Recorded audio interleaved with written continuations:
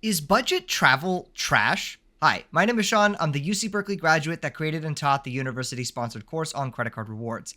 Today I'm joined with a very special guest, as well as my co-host, Sherwin. Hi everyone, I'm Sherwin. I'm a Stanford student who's really into the credit card points, travel, miles, etc. hobby. Here with us today is a very, very special guest, Anthony Venture. So Anthony, thank you so much for being here today. And do you mind introducing yourself to our audience? Well, thank you so much for calling me a very, very special guest. I don't think I'm that special. In fact, the whole reason we're doing something called the budget traveling in this day and age is because I'm the budget traveler. I have been for a very long time until I watch you guys' podcast, and I'm starting to come away from it a little bit. I'm trying to get into the luxury game a little bit. So I appreciate you guys for even allowing me to come on to you guys' podcast. So I appreciate you guys. Awesome. No, thank you so much for being here. So, starting this off, do you want to tell us a little bit about how you got into this game in the first place?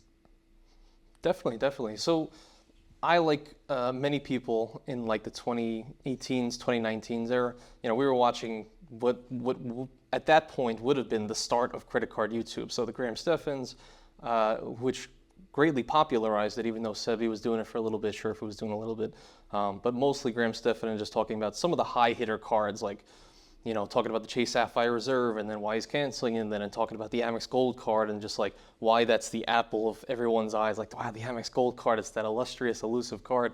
When you hand it to people, they're impressed, et cetera, et cetera. So I caught that bug, much like a lot of other people, and especially during lockdowns when I was in New York. There's nothing else to do. And the only actionable thing to do is either to trade on the stock market, but then you lose all your money, or you sign up for a credit card. And I happened to do that. And trust me, we hit a lot of welcome offers, handing out the credit cards to family members because everybody's ordering, Grubhub, Seamless, all these things when you're on lockdown. So that was kind of how it started for me. I just watched some videos, saw that I could generate some income or at least some future travels via just all the spend that I was going to make anyway. In lockdowns, greatly I think during lockdown I ended up getting a platinum, a green, and a gold all within maybe 14 months of each other, 15 months of each other, and hit all the welcome offers because that was the thing to do at that time. So, and now I'm on YouTube talking about my journey coming from a budget traveler to luxury travel. Yeah. And could you tell us a bit more about how you got into the credit card YouTube space? Yeah, so YouTube was something that obviously a lot of us in our age group, mid-20s or less, we all kind of grew up on YouTube. I have called it on other, podcasts when I was like, oh, it's the Library of Alexandria. YouTube is the place where you can just learn everything that you would want to possibly imagine. So if it was, like my entire life, any skill I wanted to learn or any problem I had via either if it was working out or maybe I had a relationship issue, YouTube was there, and I had mentors, what I call mentors, online mentors, throughout all those years. So YouTube was a big part of just how I grew up and how I learned so many different things in my entire life. Obviously, it wasn't through school. It wasn't through, unfortunately, sometimes not through parents. Most of the time, it's from these mentors on YouTube who have done it, and then they can show you how to do it yourself. So, as someone who also has done something, which was credit cards that a lot of people that you meet in day-to-day life have no idea about, and if you have a credit card, you're in debt, that's something that you can teach people about. And the people that did learn from at least the little things that I knew years ago paid them dividends in travel going forward. So I was like, how could we not only put this out into the world, so that more and more people could actually do at least what I was doing with credit cards at that time, but also start a business with it too. So I figured it's a good, you're putting goodwill in the world, but you could also get a little bit of goodwill back. So I think that's why a lot of us end up on YouTube too. It's not purely out of altruism, okay? People are trying to make some money too, but I think it's good because you're putting enough value out there to get it back. Hopefully, I would hope. No, that's amazing. And that's what I really like about this business model of credit card YouTube as well, is that to actually make decent money, you don't have to actually convince anyone to buy anything necessarily.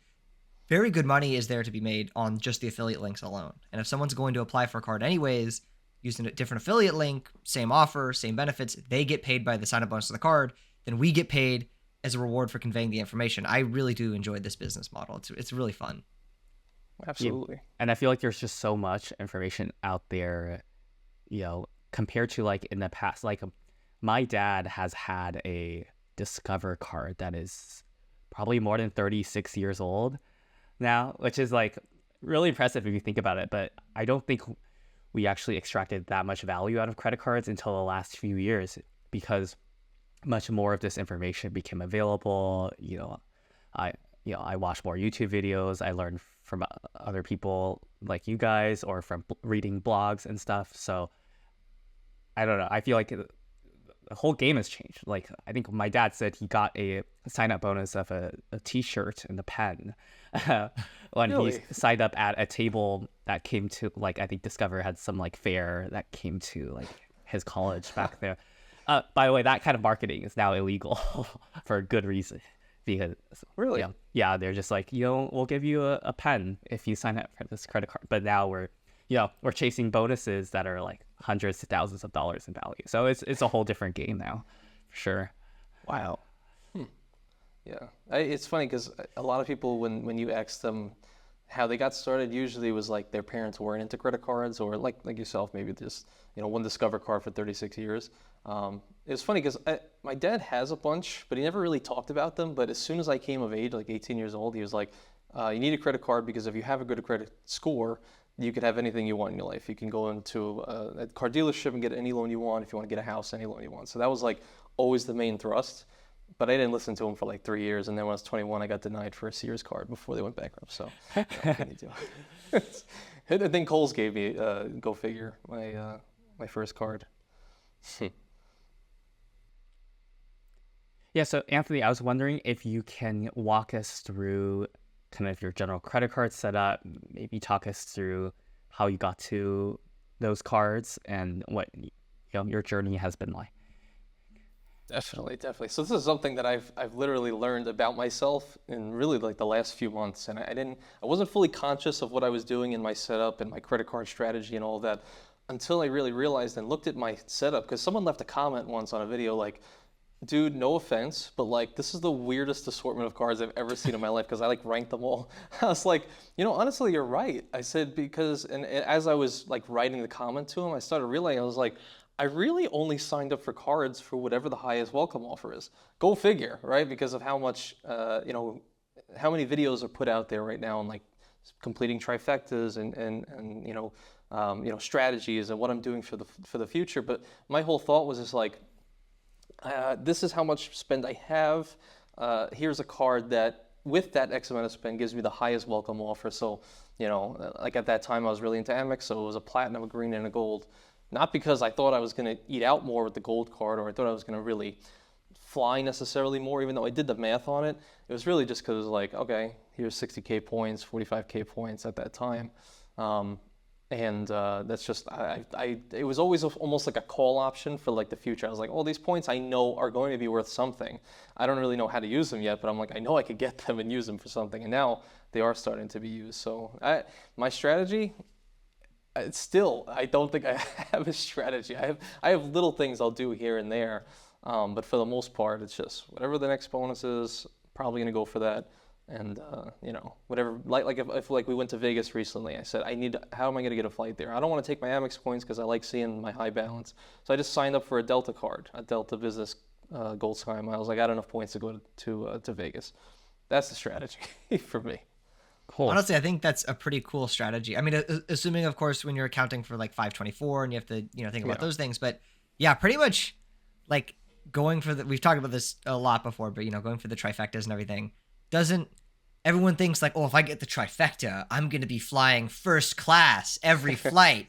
And how much do you spend? I spend $500 a month. And like, then you guys are not going to, get any points regardless of what cards they have. And then the real money is in the sign-up bonuses for most. And if you're spending $100,000 a month or something, it's of course different. But for the vast majority of people, sign-up bonuses are game-changing amount of points. Whereas just daily spend, regardless if you could have any credit card you want on the planet, the perfect trifecta, quadfecta, whatever you want to have, it's not going to earn that much compared to just getting those big fat sign-up bonuses. Yeah, I think Anthony should give himself more credit. I think chasing sign-up bonuses itself is a strategy. It may seem less structured than a lot of I feel like a lot of YouTubers try to push like, you want to climb this credit card ladder which Sean and I have Cool. debunked in the past, or you have to get this trifecta first, or whatever, which is a strategy we also disfavor, because of. But I feel like you can extract the most value out of the bonuses precisely because most of us aren't spending that much to get like if you do the break even math, usually you have to spend upwards of tens of thousands of dollars to earn the number of points on like a regular 1x or 2x multiplier compared to like the points you get for one bonus. Yeah, and I wanted to mention too, like a lot of people will, when we hear like us talking about this, they'll automatically assume like, well, what if I want to get a car loan or a home loan? My inquiries are so high, that's going to affect my chances. Well, one is like I haven't necessarily seen that in my life yet, and I've had like inquiries of 5 to 10 at a given time, got car loans, got home loans, stuff like that. I got approved for them. So I never really saw that necessarily affect me, but I do know that if your velocity is that high, I guess technically it could affect, but I just haven't seen it. And also when we're talking like this, it doesn't mean I'm getting 50 cards in 1 year. It could be spread out over 5 years, like in my example. It could be 10 Yeah. years. So it just means like even if you got one good sign-up bonus per year, that could fund really good travels too. Yeah, and I feel like a lot of people forget that these inquiries, they think they're like this permanent record of that. If I get a few inquiries, no bank will ever approve me for anything. My home loan's going to be a 10% mortgage. Car loans, 25%. Like, the inquiries drop off after 2 years. So if you're not planning to actually get a home loan or an auto loan in the short term period, then there's no downside to these inquiries just in terms of credit applications. Like, yes, it will make it harder to get other cards, but if you're getting value from the sign-up bonuses, it doesn't matter. Like, if you're not planning to get a loan immediately, it really doesn't matter. Like, it matters so much less than people actually think. What really matters is just having a strong, robust, old credit profile. That's, like, by far the most important factor. Yeah, and I have like upwards of more than 10 cards or so, and people ask me, oh, like, aren't you trashing your credit score? Like, isn't this really harmful to your financial health? And the answer is generally no, right? Because you have to realize one of the biggest factors of a credit score is the number of accounts you have. And paradoxically, the greater number of accounts you have, the higher your score is. And another factor as well is the average age of accounts. So that means if you have a bunch of accounts open at a younger age where they will age and eventually stay on there, you're going to have a strong credit score down the line. Yes, when you open a new card, it will temporarily lower your average age of accounts. But if you're letting those cards stay there and accounts garden for a while, your credit score will increase, not decrease, with the more cards you have. So yes, sometimes applying for cards can cause a short-term drop in your score, but in the long term, I would argue it's beneficial. So, okay, Anthony, I want to shift the topic now. I want to shift kind of to the main event here. So, you were telling us before the podcast that you used to be a bit more of a budget traveler, but then after seeing some of our content and some of our takes, that you have started to shift a bit into the luxury segment a bit more, and that's where your interests have gone a bit. Could you elaborate a bit? I'm curious. I'm curious. What kind of made you change your mind, or also if your mind isn't fully changed, what is your opinions about each segment? I'm just curious to hear your thoughts. I'm going to say it's not fully changed just yet because I want to have a debate, but no, I'm kidding. But I want to fight the BS podcast today, 1v2. No, yeah, it's very true. I was kind of thinking about it as we were, planning this, early in the week. I was thinking about all the trips that I have ever taken, I would say prior to last year, really.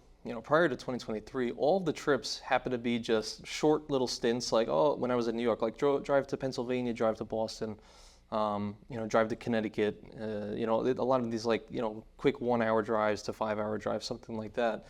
And most of the time I was just like, well, we're just looking to get to the destination, right? But when you get there, that's when you do things. So why am I going to worry too much about the hotel? So I always use points as just like, this is my commuting currency. So it's like if I'm in interstate travel, if I'm going, like we went down to South Carolina, we stopped in Virginia, we stayed in a Hilton Garden Inn. Stayed in so many Hilton Garden Inns. I eventually upgraded a little bit to Trues, a few more points here and there, and I think Trues are nice. But for the most part, yeah, I was staying at the lowest level hotels within reason, not like motels or anything, but basically like Hilton Garden Inns and Shrews, some Hyatt places, stuff like that over the years. And I just found like that was very freeing in a way because we could just take these short drives and these little weekend vacations. And I never really had to worry about out-of-pocket costs for hotels. And you know, having done that for so many years, I realized I really appreciated that because I got to see a lot of different destinations. Whereas if I only booked for luxury, maybe I only could have done one of those. You know, so maybe I 5x'd my travels, at least in my earlier years, but maybe 5x less the experience, you know, something like that. So it's funny, I actually, in preparation for this, I got a lot of the key cards that I've gotten over the years. Some of these are luxury because it's the last year, but all key cards that I've actually saved up over the years, and a lot of them are just, like I said, budget, Nice. budget hotels. And were you redeeming like Hilton points for these stays? Like, what was your Yeah. strategy? Okay. Yeah.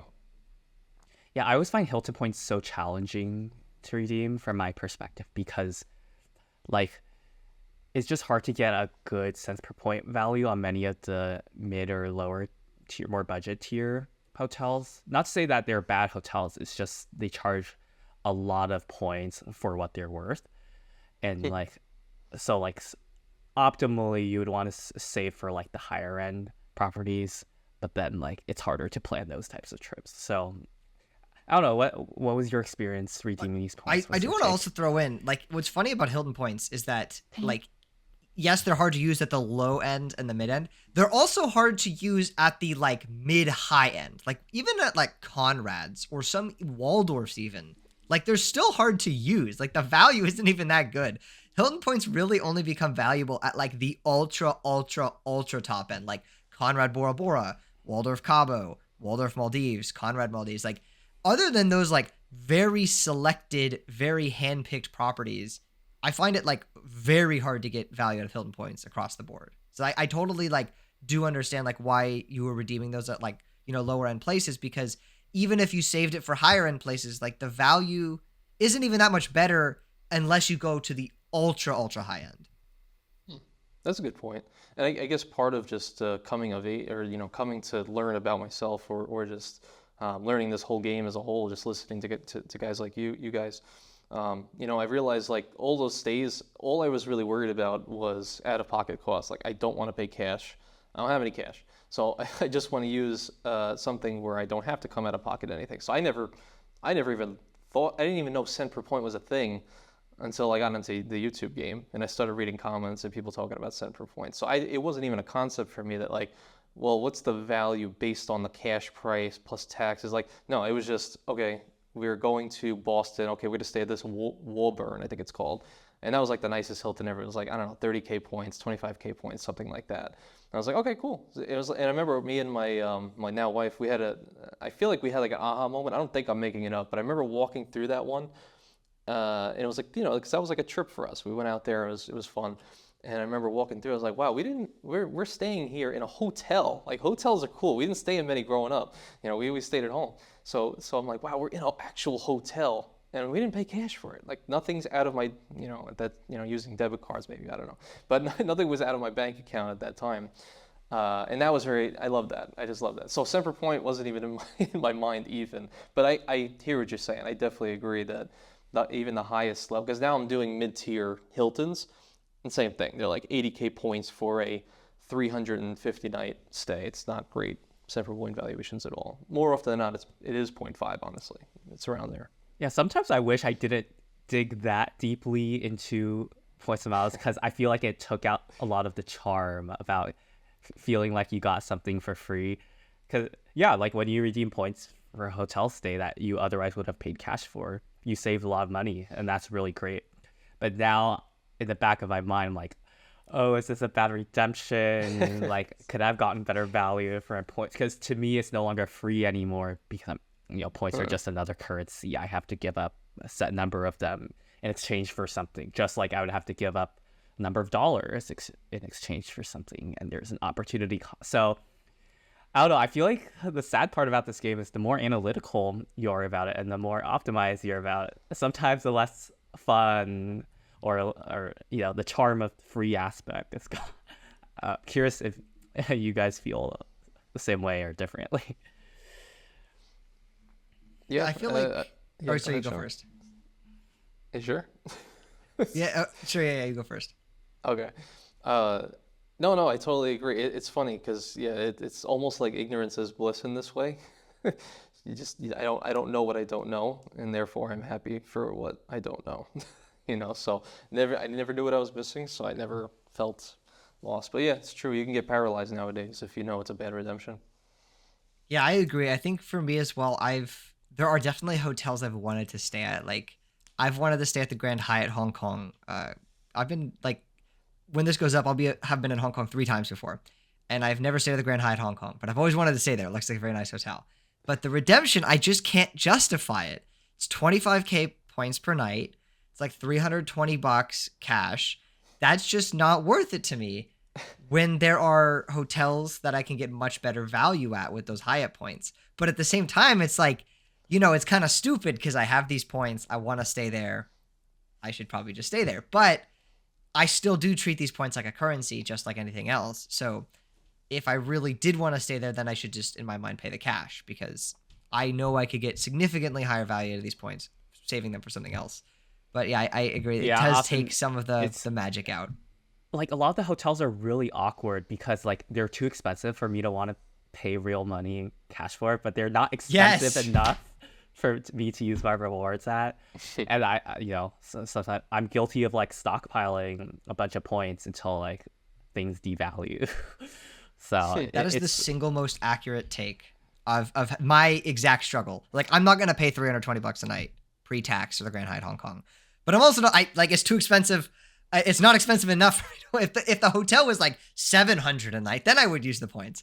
So it's this weird like we don't have the money to pay cash, but it's too cheap for us to want to pay points.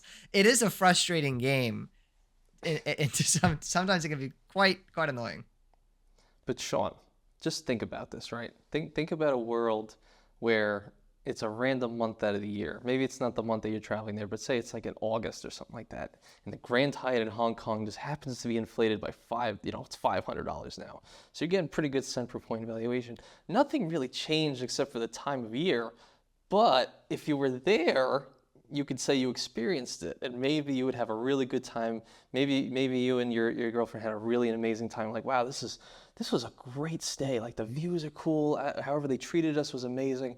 And it's crazy. I didn't book this because a few months ago it said 200, but now it says 5. Do you ever think about that? I do. And first, let me say that is a completely 100% accurate analysis Oh my God. of the dilemma. Okay, that's totally accurate. I think my only defenses are one, when I do look at cents per point, I tend to look at an overall kind of general trend of the price. So if I see the price is overinflated one night, let's say for some reason it was $1,000 for 2 nights, I'm not automatically going to go, oh, let me go redeem it right now. I'm still going to go okay, well, if the hotel's normally sells for $300, unless it was some special event and there was no other places to stay or all the other hotels had been, similarly inflated, then I wouldn't just arbitrarily go and redeem it in that sense. But you are right to a degree where let's say I was going there during a time and during that whole month, all the prices on the hotels were inflated. I would probably redeem it. And I totally acknowledge that is a disconnect in my brain where I know logically it's the same, that it is, I'm still getting the same experience roughly, but it's at the same time, I still want to optimize the points to some degree. But yeah, I won't again, I will make sure that if I'm not redeeming it, that there's some other alternative option to redeem. The hotels I'm staying at on this trip are still going to be very, very, very nice. And I'm getting great, great, great deals on them. But it's just, it would still be fun to experience that one. just one last point Definitely. about the redemption paralysis. I feel this on so many levels. Even the decision on whether to use a category 1 through 4 a Hyatt certificate. Sometimes it'll be it's category 4 off peak, so it's 12,000 points on this night. But that same certificate can be used when the hotel is on peak at 18,000 points. And now I have to feel like I have to save this certificate for later, even though it's literally the same hotel and the same experience, right? And then I'm paralyzed. I don't use certificate until it's almost about to expire, and then maybe you have to do a suboptimal redemption because it's about to expire. So I feel like when you throw in like, certs and things that expire, it makes the game even more difficult. I want to throw in one more thing as well on the paralysis. That what's funny is we'll see, and we all do this to some degree. We're like, let's say we're not willing to redeem points for a hotel that isn't at a certain price. So let's say my arbitrary number is I want to at least extract 2 cents per point from my Hyatt points. But when Hyatt points are, let's say there was a sale on Hyatt points for 1.25. Now, a lot of people would take advantage of that, but there's also a lot of people that wouldn't take advantage of that. And logically speaking, there's no reason, like if I was saving my Hyatt points, let's say I was going to use cash for stays that were suboptimal points wise, there's no reason I shouldn't buy the Hyatt points at the value less than I want to get, assuming I was going to pay cash for the stays in which I'm not using points. But a lot of us wouldn't do that. Even if there was like some big cap, we wouldn't go, no, I'm going to go spend 10 grand on Hyatt points right now. Even though logically speaking, if we're, trying to extract X value from the Hyatt points and we pay cash in all other circumstances, that we wouldn't do that. And it's a funny thing to see as well, where like Aeroplan, okay, for example, earlier this year, or like last year, I guess, Aeroplan points were on sale for like 1.16 cents per point, which really good deal. But a lot of people didn't take advantage of it. You ask all those people, hey, would you ever cash out your Amex points for 1.1 cents per point? A lot of them go, no, never. But they transfer to Aeroplan. It's the same thing. So now, like, we're all guilty of it, but it's an important thing to acknowledge because we're making, illogical decisions. Could I also add one more Yes. point on top of it? It kind of, it's in the same topic, but one thing I'm reminded of as we're talking about like good redemption versus bad redemption is a story I have between 2 Hilton properties at two different areas. So Hilton has these brands. I think there's 19 different brands. What I would consider mid-level in some cases would be a curio collection. Curios are very nice. Typically, I've found that they're at older properties and they sometimes renovate the inside and stuff like that. Usually they're just older by nature. The ones that I've been to at least. And there was one redemption that was in Charleston, South Carolina, and it's called the Mills House Hotel. I talk about it all the time. I think it was 80,000 points, and it was like 300 a night, or two. It was maybe even less. It might have been 270 a night, 300 a night. So the cent per point was awful. It was the worst. It was absolutely. I think it was less than. Yeah, it's less than 0.5. It's like 0.3, 0.4. Absolutely horrible, but I wanted to stay there. There was another curio, and that was a great stay. The Mills House was amazing. That was like one of the most magical, if I could say magical on here, most magical stays that we've ever done. And there was like, you get the food and beverage credit, $15 a day, walking around, historic Charleston, everything, right? But the cent per point was horrible. Then we stayed at another curio property, the same brand, in Lexington, Kentucky, when I was visiting my friend Calby.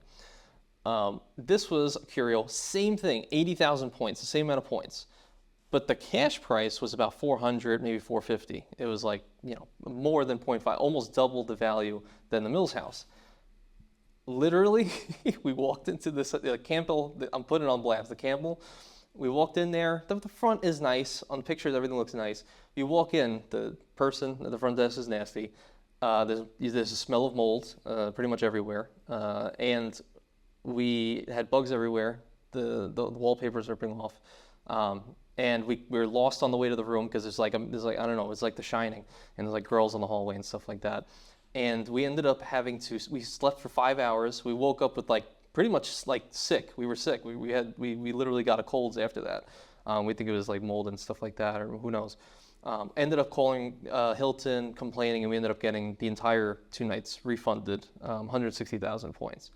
And I couldn't have known that one was so bad because by the pictures, both curios were great on paper. Just one of them had a great redemption, the horrible one, and one of them had a horrible redemption, which happened to be the best one. So I think sometimes factoring in, it's hard because you don't know before you get there, but just knowing in retrospect that horrible redemption ended up being like the best trip ever, and the really good redemption ended up being like the worst trip ever, is something to kind of keep in mind. So it's like if you like that Grand Hyatt and for some reason it's drawing you to you, maybe that experience could outweigh any cares of cent per point whatsoever, because it did in my case. You know, I didn't care what the cent per point was. I got refunded. Screw that. You know, so that's my long-winded story. You know, I guess that's a really good illustration because of, like cents per point isn't necessarily everything. I think a lot of times the hotel prices can also be inflated because of the location or the date. So we can't automatically assume there's a correlation between the hotel price and the quality of experience, right? As your example shows. And I think, Sean, you may have mentioned this episode previously, but like at the end of the day, one could always just focus on earning more points or earning more money, and then it wouldn't matter as much if we're maximizing the value of every single point. If we have a constant flow of points in and a flow of points out. Exactly. Like if you're someone, let's say you're able to earn 100,000 points a month. Okay, whether you're doing some kind of manufactured spending, whether you're doing referrals, whether you're just opening inks every couple months. I mean, it's not that outrageous to give that to 100,000 points a month in a 2-player setup. You would rather be that person who is getting average cent per point value than someone who is earning 10,000 points a month but is getting the best possible cents per point known to man. Like it doesn't, what matters at the end of the day is actually your inflows, not just how you're spending your outflows. Now, of course, the outflows do matter still to some degree, especially if you're doing these things at scale, and it's important to understand that concept. But at the end of the day, if you just earn more points, that's like a way, might be more difficult, but it's way simpler. You don't have to overanalyze it as much. You just increase this big, this number, and then, oh, great, everything's now in reach. Now, of course, that's a very like elitist, spoiled perspective, but still, it's if you're going to spend all the effort, if you're want to put your effort into something, it's better to put your effort into earning more of that thing rather than conserving the value of that same thing. But yeah, it's still important to understand either way. But I think it's a cool perspective that I just now want to focus on earning more points, not only the redemption value of those points. So Anthony, I want to learn more about your experience with both budget and luxury travel once you got more into the credit card game, and just have you had cool experiences or redemptions? How has it changed the way you thought about credit card points? So like I said, like kind of the first 4 years, it was literally nothing above a true, Hilton. Like that was the highest tier hotel we ever did, and for me that was like kind of luxury, because it's like, wow, you walk in, there's a pool table, there's sometimes they have like little sections, and they give you like a snack when you come in, or you honestly just tell them like, hey, I'm a gold member, give me some water. And they don't check your room or anything, they just give you the water. But man, having done some of these more luxury ones over the last year, like the Mills House for me, that was a big one. Like 80,000 points, I never spent that much. Like that was crazy, but it was really well worth it. I made 2 videos from the whole experience, and it was just, even other like people who watched the channel ended up going to the Mills House and then telling me like they had a great experience from that. It's a phenomenal area. The $15 credit gets you basically drunk in the morning to where you can walk around historic Charleston and everything. So that was a lot of fun. You get to do a tour guide. And then I had a recent experience when I went down to St. Augustine, which again, that was another thing where I paid 80,000 points. I thought I was making a good redemption, and then ended up being like, it was all right, but mainly based on the area, not necessarily a hotel. But on the way back, I stopped in Savannah, Georgia. This was the highest level stuff I've ever even had in my life. We stopped in Savannah, and we booked a Thompson, Category 5 Hyatt, right on the Savannah River. I booked it through FHR with my Platinum card. And when I got there, immediately, it was the most 5-star experience. It was like there was a valet, but I didn't use the valet. Nobody's got money for that in some cases. But there's a person that opens the door for you and says, welcome, or welcome back. And they remember you too. They say welcome, and you walk in the door. When I go to the front desk, the guy says like, wow, you booked through American Express's fine hotels and resorts. You are a valued customer. And he gave me a whole rundown on like, oh, $160 in dining credits. Here's a free beer over here if you want to grab it. I was like, no. And then he said, there's a driver too. You pay a destination fee like $35, but you have a driver that'll drive you anywhere between like a 3-mile radius. I was like, oh my God, this is insane. And I already had called a week, or I texted Hyatt like a week prior. I was like, can I get a suite upgrade? It's an anniversary. And they said, sure, we give you a king suite. Get there, I'm talking to the guy. He says, actually, we just upgraded you again. and what I didn't realize at that time was he actually upgraded me twice. So 3 upgrades, because I was looking on the app of what rooms there were. There was my standard room. I got upgraded to king suite. And then it was like king suite with like a little better view. And then there was king suite with like the Savannah River view. And I was realizing it was like $200 more, $300 more. I got upgraded to like a $650 night room. And I was like, oh my God, we literally flipped out when we walked in the room. We were like, whoa, there's a bar here, the Savannah River, and there's a cargo ships. It's literally as big as our apartment. It's 700 square feet, or maybe 600 or 700 square feet. The bathroom looks like Japan, at least what I've seen online. Like, it was an amazing, like one of the best things ever.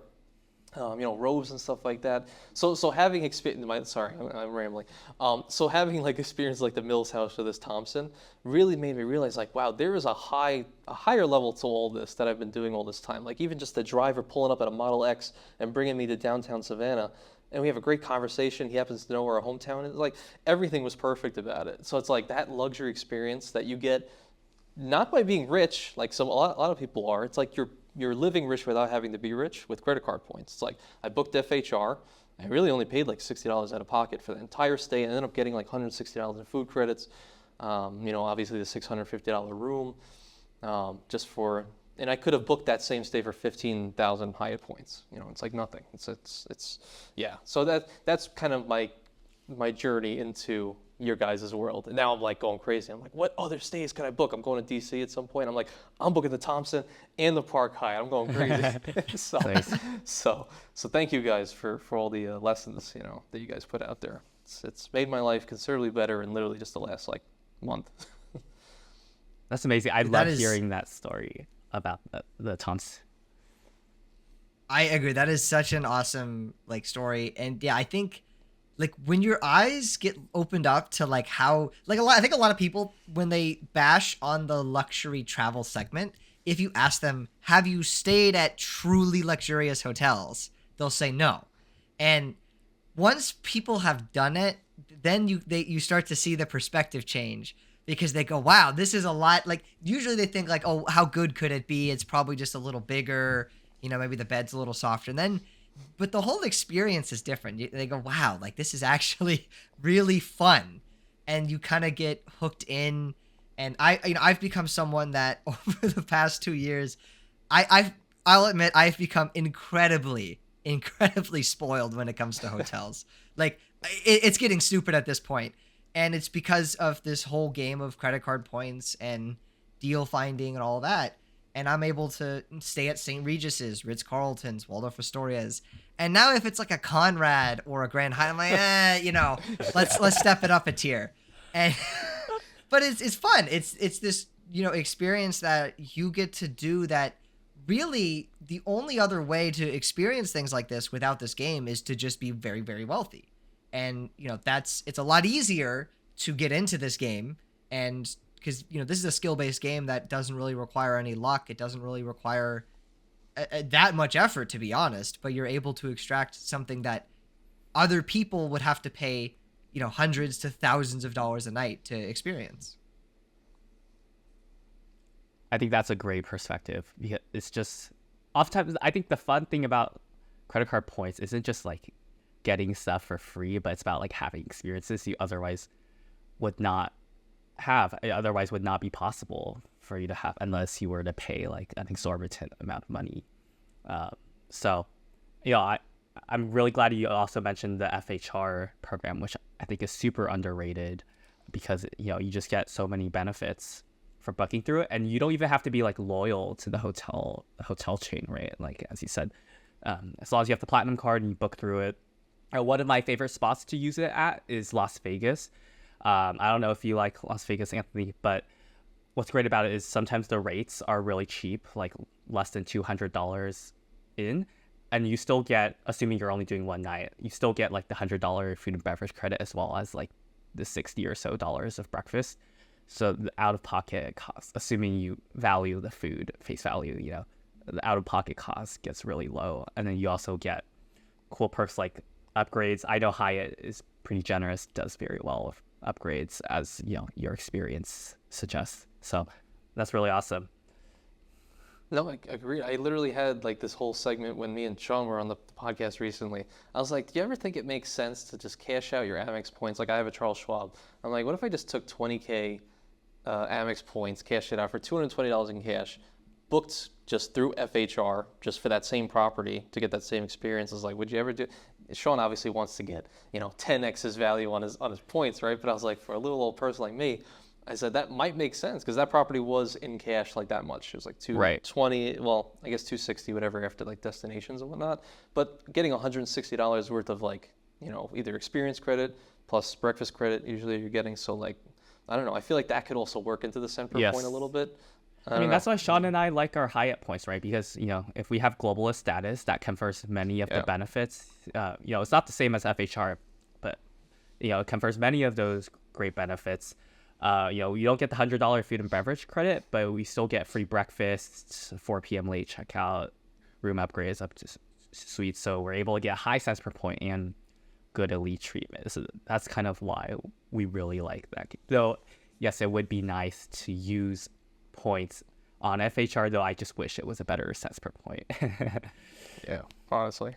Mm-hmm. Now, Anthony, I want to ask you, because since you've kind of just entered into this luxury segment, are there any ultra aspirational properties that have been on your radar? Because I'm already thinking here, as if you're someone that hasn't experienced it, Sherwin and I have both independently visited Waldorf Astoria Cabo, and I was telling Sherwin about it before he went, and he probably believed me, but he probably didn't understand how good it was. And then he goes and he's like, oh my God, this is the best Hilton redemption like in North America, no question. And so I'm curious, like if there's any properties like that, just something that is just nuts, insane, mega luxury that have been on your radar. Because I think even once you like experience luxury, it's big, but then once you experience ultra luxury, it's a whole other like, wow, like this is just even more insane than I thought previously, even after realizing how insane it was. I love this. I love how in it. I just love how in it we all are. That's great. You guys are awesome. No, actually, after you talked about Cabo, that Waldorf story, I literally like after we got off the podcast, I started looking it up. I was like, okay, how many points is this? I'm like, can we make this work sometime? So that would be an ultra like luxury one that I have on my mind.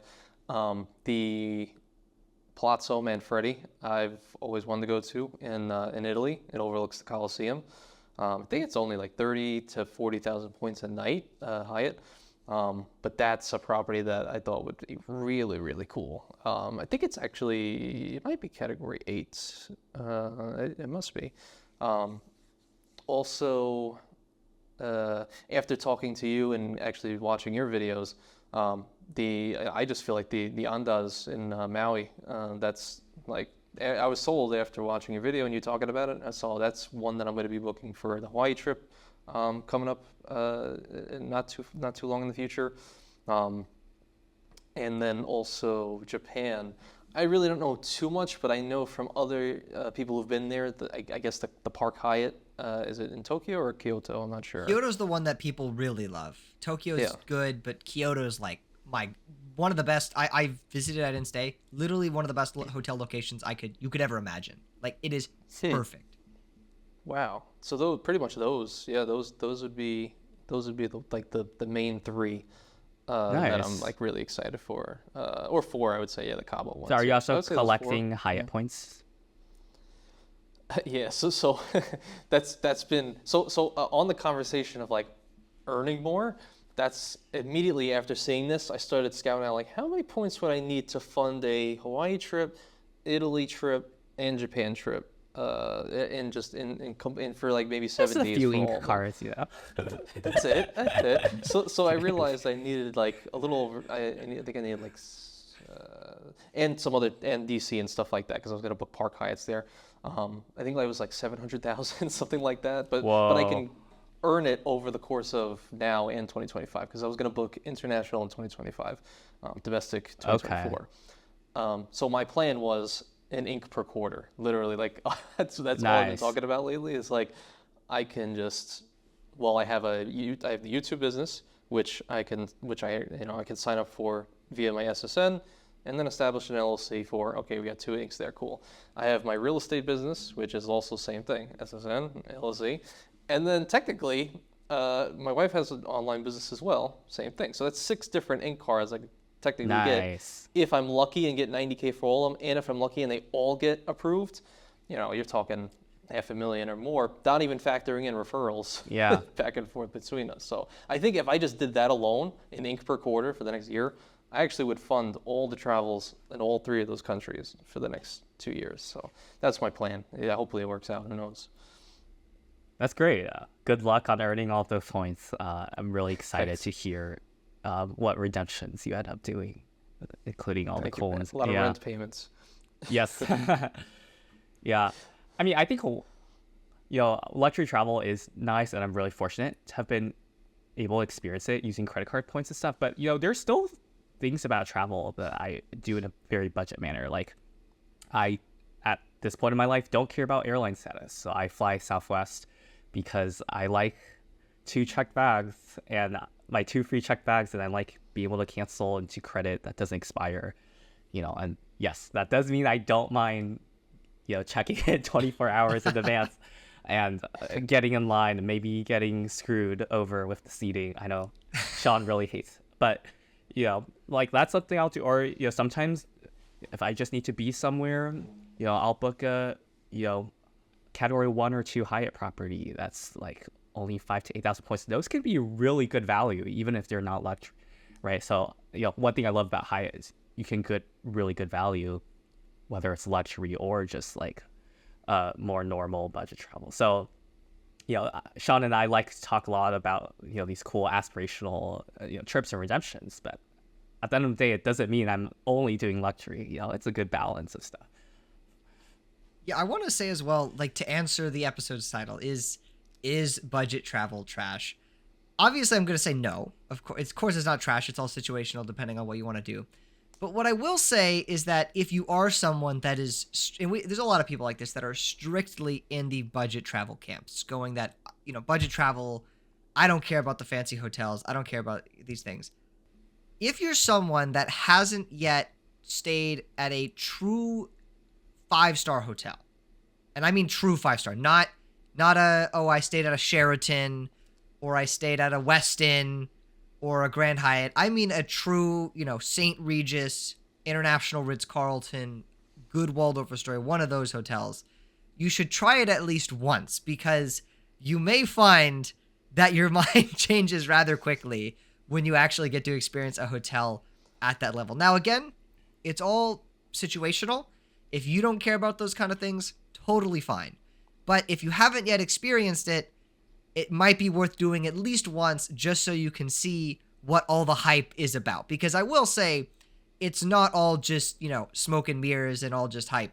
There is really a reason that a lot of us do enjoy the luxury travel segment, and there is legitimate benefits to it. So, if you haven't had a good luxury experience, it could have just been a bad hotel. There's a lot of hotels that market themselves as Ritz-Carltons, Waldorf Astorias, but honestly, they're kind of mid, okay? Let's be real. But when you go like to the Asian St. Regis's, Ritz-Carltons, Park Hyatts, that's when you start to see, okay, that's a real luxury hotel, because there's a lot of fake ones out there. So that's my recommendation. That's my opinion. How about for you, Anthony? Yeah, I would say branching off of that, another thing to consider is like these places that I've gone to in my life, like these, there's some nice in Boston, but like St. Augustine doesn't have any ultra luxury hotel. Like you just can't. You're going there for the destination, for like the location, but there isn't an option to even have ultra luxury. So you end up just booking, like I booked a Hyatt two Hyatt places, one Hilton. Hilton brand. You go to Charleston.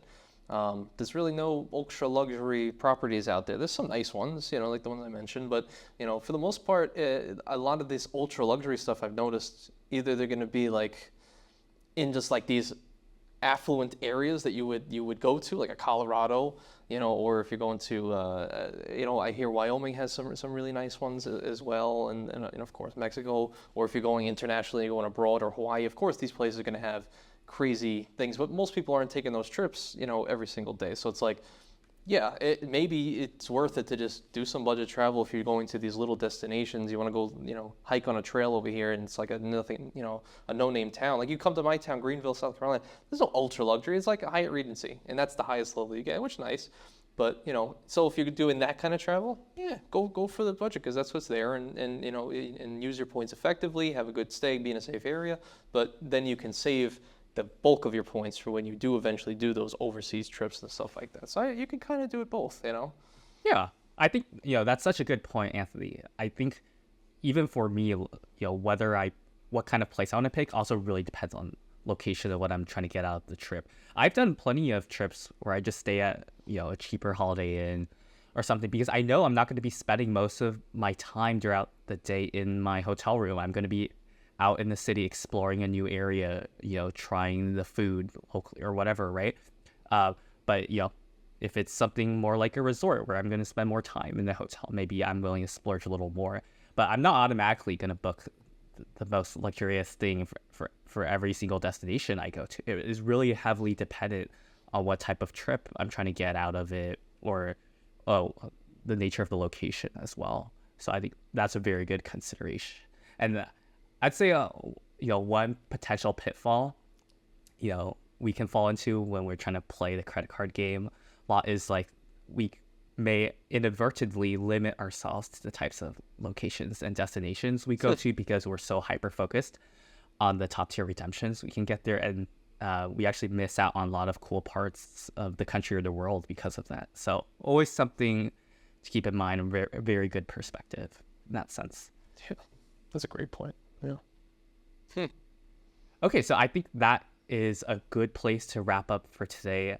Thank you again so much, Anthony, for coming onto our show. We really appreciate both your support for our podcast, genuinely, but also your time for coming on here. So thank you.